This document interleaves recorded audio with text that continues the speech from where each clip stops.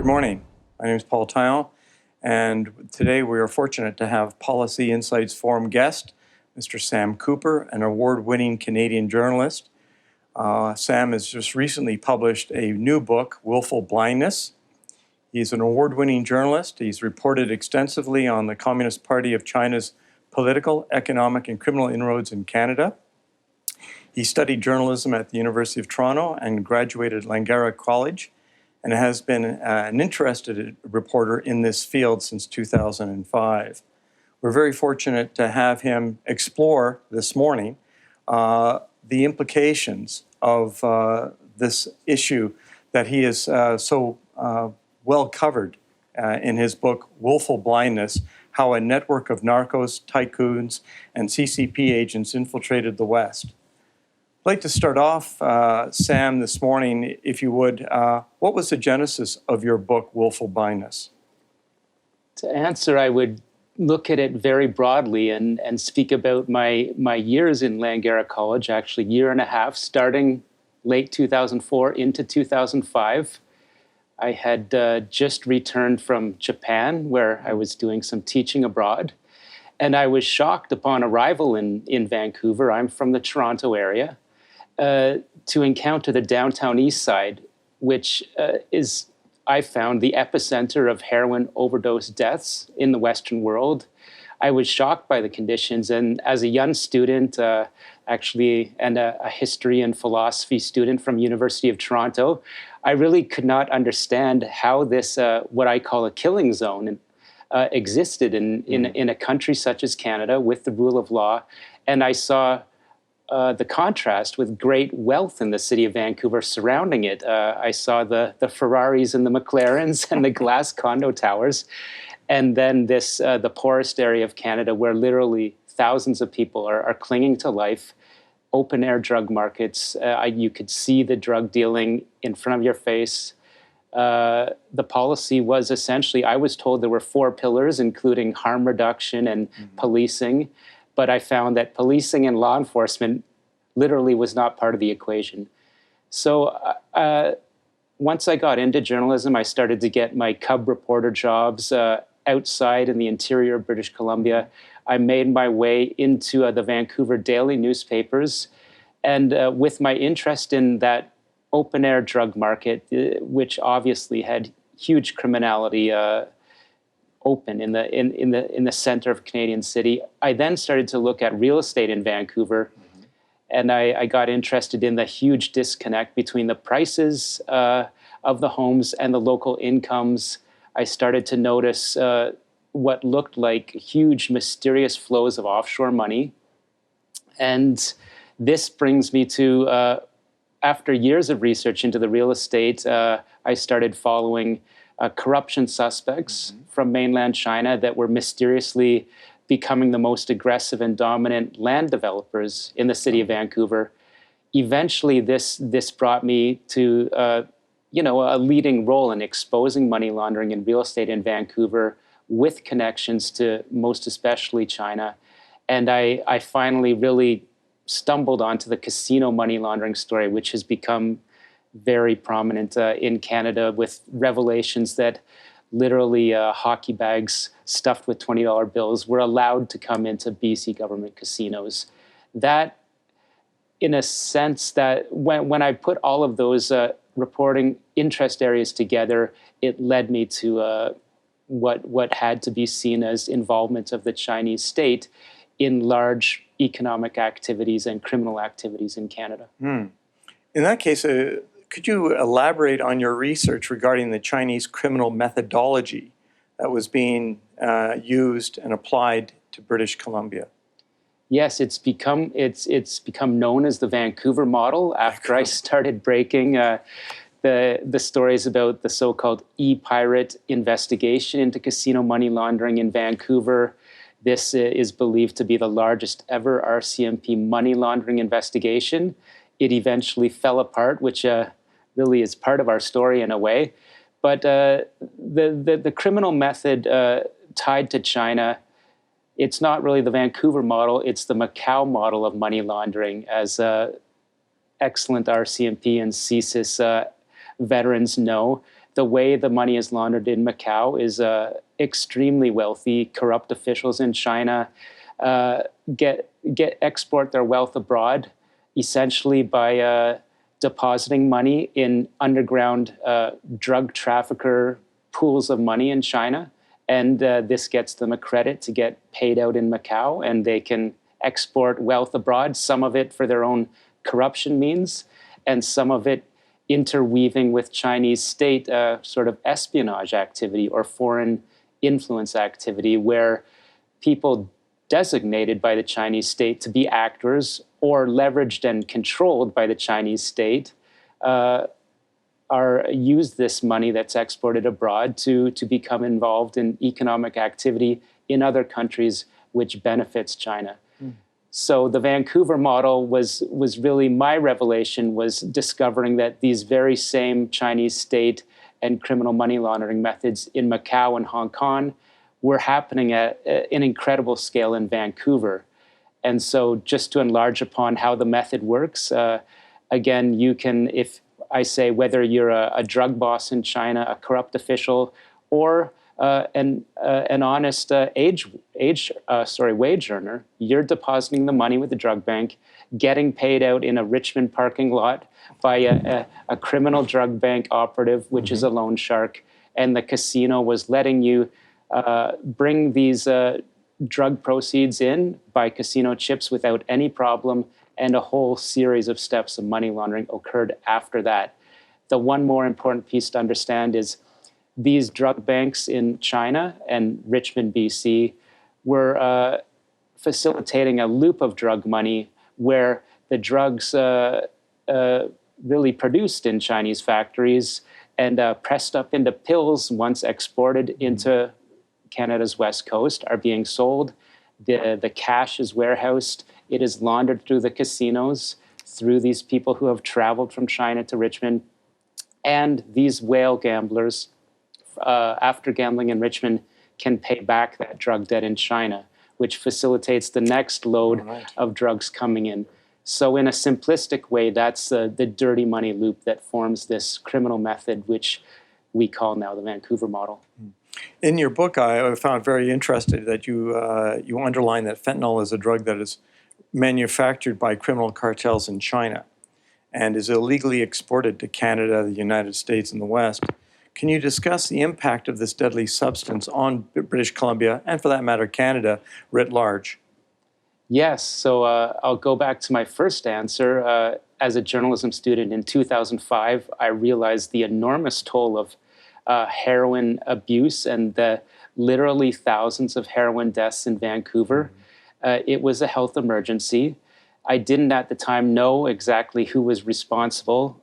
Now I know that they are what I call the fentanyl kingpins. These are the big circle boys, the Sun Neon Triad, 14K Triad, basically super cartels of the most powerful criminal gangs based out of Macau, mainland China, and Hong Kong, have an extremely powerful base of operations in Vancouver. So I learned that these heroin kingpins became the fentanyl kingpins around 2010, 2011, when chemical precursors made in factories, mainly in southern China, Wuhan, the precursors are shipped in to Vancouver as a transshipment hub for the world in fentanyl trafficking.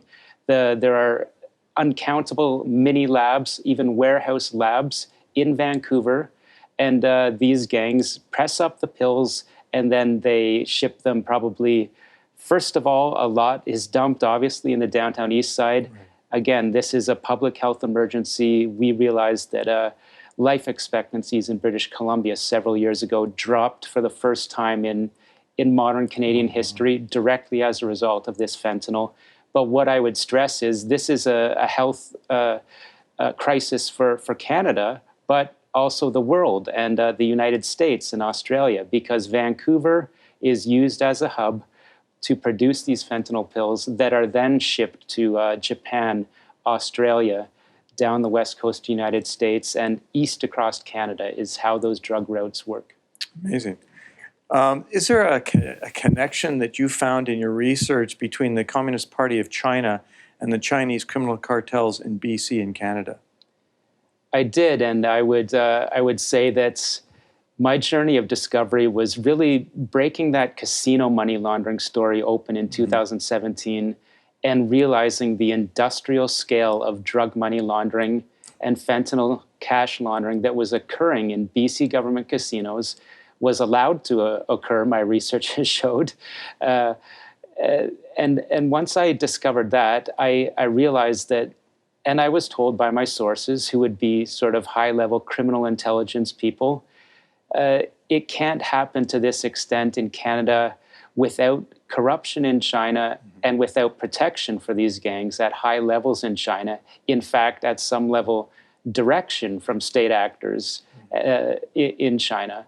And there has to be corruption on the west coast of Canada, of course, for this amount of criminality to occur in government casinos. And at some point after 2017, I realized that like people interested in Canadian law enforcement, I had read the leaked Project Sidewinder report that did, of course, speak about this nexus between Chinese state actors, intelligence, and high-level organized crime, and tycoons. I like to say that as a student of Canadian really a Canadian education, still it was hard to believe because I've never served in intelligence and read those reports with my own eyes. And these are very shocking realizations for a Canadian that a foreign government could be using drug gangs. But with details that were released to me in leaks, I could make connections between these loan sharks from Richmond, BC, that were using whale gamblers traveling over from China in the Vancouver Model. And I had identities of the biggest whale gamblers who called themselves industrialists, shipbuilders, coal miners, owners of large assets in China. In fact, they were, some of them linked to China's military, some of them police officials, some of them very connected to the state. So I thought, this lines up very well with what Sidewinder was saying. That is, Chinese state actors of extreme power and with connections to intelligence were working with the Chinese state to economically infiltrate. And then by looking at the land ownership of these same actors that I exposed in the BC casino scandal, I could see large land ownership patterns. I could see military backgrounds. I could see large caches of weapons in compounds in British Columbia, and I could see direct connections to organized crime. And so this is what confirmed for myself that, in fact, what I read about, I could see with modern documents in my own eyes in BC. Extraordinary. There's been allegations and indications that the Communist Party of China has made serious inroads in the local, provincial, and federal levels of Canadian government. Has your research indicated any of these allegations? And if so, is it manifested here? This is a question where my research, again, I was told certain things from very well-positioned and credible people in intelligence community about the infiltration that goes back to Sidewinder. This is a 30, 40-year crime trend. I was told that all levels of Canada's government and institutions have been certainly attacked in a way through espionage, first and foremost from the Chinese state, also, of course, Russia and Iran, and perhaps all of them working together in some of these criminal networks. So I was told of reports that point to deep penetration and, in fact, deep corruption, specifically within British Columbia. I was told of networks in Ottawa surrounding federal politics. I was told of networks surrounding corporate networks in Montreal. Again, it was I haven't seen some of these records myself, but I look at the circumstantial evidence that is open source, and that is it was reported last year. The FBI said they have something like 2,000 active and open Chinese counterintelligence cases, one opened every 10 hours in the United States. My God. And so in Canada, for people in the community that talk to intelligence sources, I've heard it's reasonable to say that Canada should have about 300 to 400 active cases if we had an agency with the powers of the FBI investigating, because we understand that China is very advanced in their espionage efforts in Canada, very present. Something like the most government officials proportionately from China are in Canada relative to any Western country. In your book, you have a chapter called Compromised Nodes. For me, this was reminiscent of the recent arrest of Mr. Ortiz, an RCMP senior executive. What does your research indicate in this case? You're right. I took the chapter titled Compromised Nodes. Ironically, that was the name of Mr. Ortiz's thesis that he wrote with a well-known UBC professor. And Mr. Ortiz, he writes in his thesis, was introduced to Chinese state officials for his research. And it was a groundbreaking thesis. Really, it seems it was his ticket to enter the RCMP and rocket through the ranks as an academic without intelligence operational experience. And in a nutshell, his thesis is that cybercrime, transnational organized crime, and its connections to state actors could this be the newest and really most dangerous national security threat for nations such as Canada.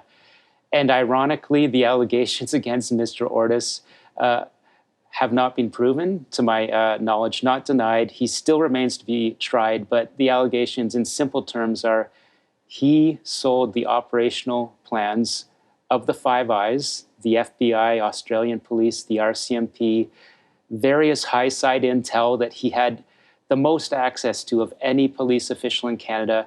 He sold to networks involved in Hezbollah transnational crime activity in Canada, allegedly. He sold RCMP and FBI targeting plans, allegedly, to encryption technology company owners who were facilitating the highest levels of narcotics gangs in the world. And these technology companies based in Vancouver, which is interesting in itself. So this is one side, according to the allegations, of self-interest, where we see a high-level official offering protection to gangsters. It's not lost on me that this is a form of crime that very present in China in their networks. The other level that could be involved in this compromise, according to my sources, are it appears, and we have read in a civil law case, that he sabotaged his own intelligence unit. So what could occur if a high-level official damages the RCMP's capacity, damages the RCMP's trust with allies, perhaps even misdirects investigations into state actors from Iran or China? It could be that it's not just self-interest or a simple financial interest, but perhaps action for hostile states. And if that's true, again, these are the fears of some of the sources I talk to in Canadian law enforcement, that the damage to the RCMP could be a sovereignty-level issue where assisting other states at a high level. That's a possibility. From your extensive research in your book, how would you assess the state of corruption in British Columbia, and for that matter, Canada? Starting in British Columbia, circumstantially, my research in Wilful Blindness pointed towards connectivity between these industrialist whale gamblers that my intelligence and research showed were connected in some cases to high-level allegations of weapons trafficking, fentanyl trafficking, the most egregious money laundering Canada has ever seen. And yet, these very same supposedly legitimate industrialists from mainland China were rubbing shoulders with high-level Canadian politicians, were involved in cash for access meetings with the highest levels of political office in Canada, were involved with the Chinese consulate. I saw that there were relationships where these whale gamblers were sitting next to the leaders of the consulate and what I know are the leaders allegedly of Chinese interference operations run through the United Front Work Department, Right. and also community leaders involved in the same. So that points to a level of not just criminality, but a danger of influence of Canadian politicians, and really what my sources would say would be espionage activity by criminals. You alluded to the United Front. Can you explain what their purpose is from your research? There's a theoretical angle to the United Front where this is sort of a Leninist political war tool, where the many actors in China, from politics, law enforcement, and high-level gangsters, are bonded in activity in foreign nations designed to, at a high level, try to control diaspora communities. And of course, this started in Hong Kong, as my book gets into the history, where a deal was made from the highest levels. Deng Xiaoping made a deal with the tycoons in Hong Kong before the British returned control, that partnerships would be made between these powerful business, criminal, and political interests to do business together and to work together against democracy movements in Hong Kong.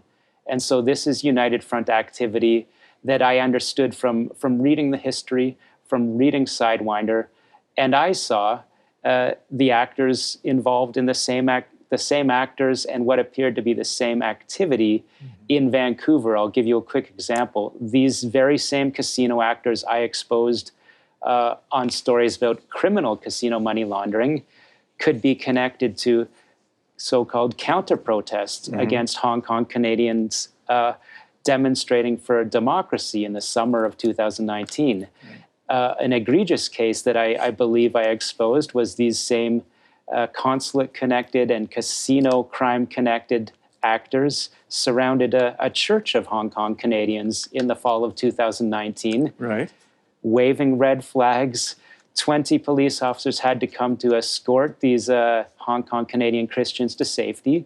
And they told me, and the video evidence showed, that their identities were captured by these flag-waving actors coming up and taking pictures with video cameras and still pictures, which it was feared that this was sort of an intelligence gathering operation. So what we have in a nutshell is Canadians demonstrating for democracy in their own country and their hopes for Hong Kong being intimidated by actors that my book argues are part of the United Front. That is a bonding of Chinese leaders in Vancouver from the consulate, criminal actors, and community leaders in the United Front. Interesting aspect on foreign interference.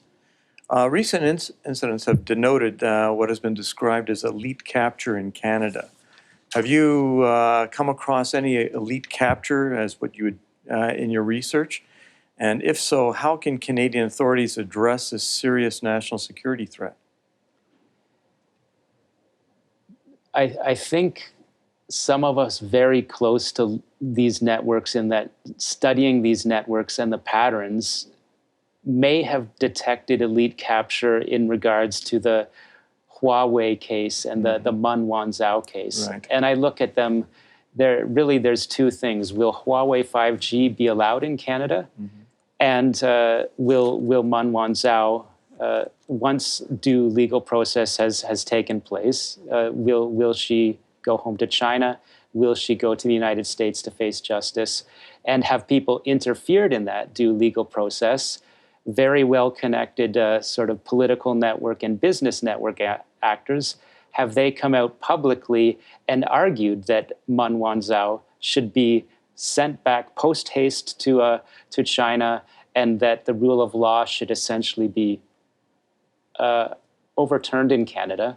And why would they argue that? I would argue this is a circumstantially, it argues that elite capture could have occurred. We read a Globe and Mail story recently that said that Huawei has selected what they saw as key influential figures to argue for Huawei's both business rights and perhaps Mun Wanzhou's legal case in Canada, it wasn't lost on me that some of these same actors were related to the University of BC network, out of which Cameron Ortis came. We'll leave that one aside, but I have one more example that really I noticed in the past week. We had a senator rise in a debate, and in response to a call for Canada to hold Beijing to account for the genocide in Xinjiang, the senator counter-argued that this would be hypocritical on Canada's part because of the historical problematic areas with the First Nations. But more important to me, he argued that this would inflame anti-Asian hatred. Now, of course, we know that there is a concern, especially in light of the pandemic, with these issues in Canada. But for a Canadian politician to make that argument, it comes straight from the Chinese Communist Party playbook. And I have recognized that some of the actors that I'm looking at in relation to the casino crime story in BC have been the same actors that are, it appears, trying to co-opt this CCP argument that anytime China is criticized with regards to Xinjiang, this would be somehow seen as inflaming hatred against Chinese people, which in my view is of course, it's a debased argument on the part of the Chinese Communist Party. Historically, we have seen the employment of what has been described as a fifth column and quislings. Both of these are described agents that facilitated subversive foreign influence as well as enabled the fall of governments and countries. The 1999 book Unrestricted Warfare, published by two People's Liberation Army colonels, promulgated the strategy of employing a spectrum of non-kinetic methodologies aimed at undermining Western democracies. Has your research indicated any lines of operation, essentially those methodologies noted in Unrestricted Warfare, being employed in Canada and the West? Yes, and this, in a way, this is part of the thesis of Wilful Blindness, and really part of what I would say is arguing that the Project Sidewinder, as we know, was somewhat buried, or there were people in Ottawa's political class that didn't want those revelations out, but it was very prescient in some ways because if you think about it, it is arguing that a form of asymmetric or unrestricted warfare is occurring in this Chinese state strategy of using tycoons, narcotics traffickers, intelligence officers to economically infiltrate other countries, to try to control diaspora communities politically, to report back intelligence using criminals, and to really gain economic control of lands, of resources, starting with what's called the soft spots of infiltration. That would be real estate, casinos, and moving up the chain to technology, media, and of course, perhaps the ultimate goal, influencing Canadian politicians through donations with the grand strategy that China hates to be criticized in any way. They do not want Canadian politicians standing in Parliament and criticizing the genocide in Xinjiang. And they want to place actors in Canadian office. And I'm saying, and my good sources would say, they've been, to a scary level, successful in Canada. And if you also think about it, this was 2 years before this 1999 really amazing military strategy was published, which talked about using drug warfare, technology warfare, information warfare. I won't be able to remember the 100 different points of asymmetric warfare, but these, you could argue, and I realize this is an aggressive assessment, there are some, and my book looks at this, is fentanyl being allowed to travel west from factories in China in a way that would damage Western societies and economies, suck resources out of those countries, and cycle money back to mainland China to produce more extremely profitable chemical precursors, and then the drugs are again flowing out to Western cities. This could be seen as a form of asymmetric warfare. We know that the U.S. Drug Enforcement Administration believes Iran and Hezbollah are involved in harming Western cities through drug trafficking. And so some of my sources said when we look at China's activity, even though the West, Canada, the United States are asking them to stop the production of fentanyl that's harming the West, they aren't doing it. So the question is why? Is that a form of unrestricted warfare? Mm-hmm. My assessment is I'm in the position where I've seen the evidence, my credible sources have seen the evidence that China is using fentanyl as leverage at a diplomatic level in Canada. I point to a very interesting case where China asked to put essentially a police agent in Vancouver to track what they claim are economic fugitives. But really, I think we know that these operations involve intelligence gathering and other activities. Canada said no, and according to my multiple credible sources, Beijing responded by saying, "You've asked for help on fentanyl. We won't help you unless you allow us to place our agent." So I see this as hostile state activity and a type of hostage diplomacy that I think would fit with the thesis of unrestricted warfare produced by these Chinese high-level military officials. Thank you. What measures would you assess must be undertaken in Canada and the West, particularly in the wake of the NATO conference and the G7 that we just had, to address the communist Chinese-sponsored criminality, their malicious foreign interference, and elite capture? I think there's two answers that come to my mind, and one is that we know that Canada's Parliamentary Committee of Intelligence and National Security has put forward reports multiple years now pointing to Australia as an exemplar with their that government's very strong foreign interference laws that would really pull the rug out of elite capture in a certain way. It makes persons that may not be disclosing their interests or their pecuniary benefits with foreign governments put that out in the open.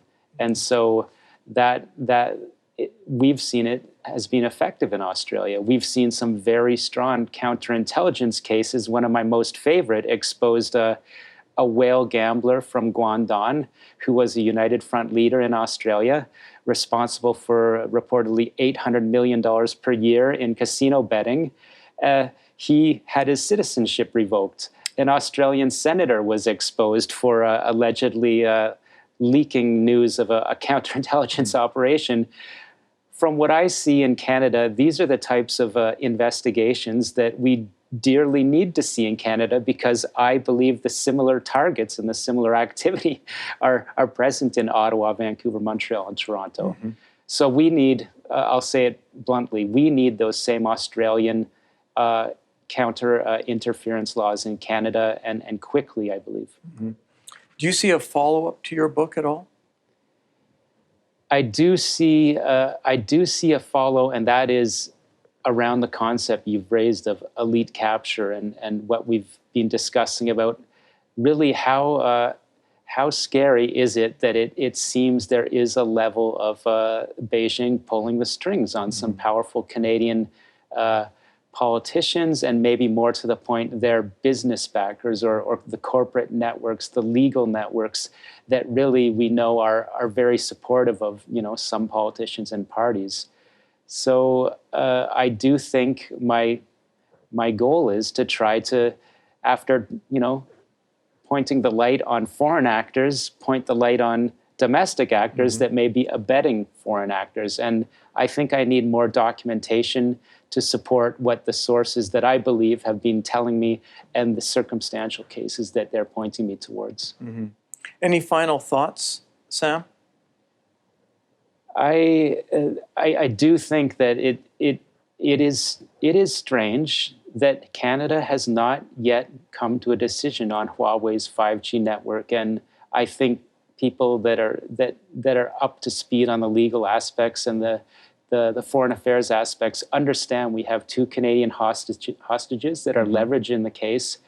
but the evidence is mounting by the month of the military and intelligence aspects of that foreign company. We're learning more and more about how quantum computing and encryption technology fits into China's plans, how universities, institutions that are non-governmental are targeted in Canada.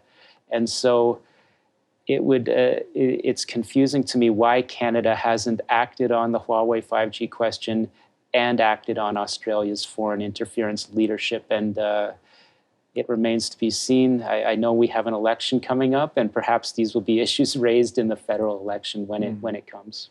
Sam, thank you for your time. Your book has been most insightful.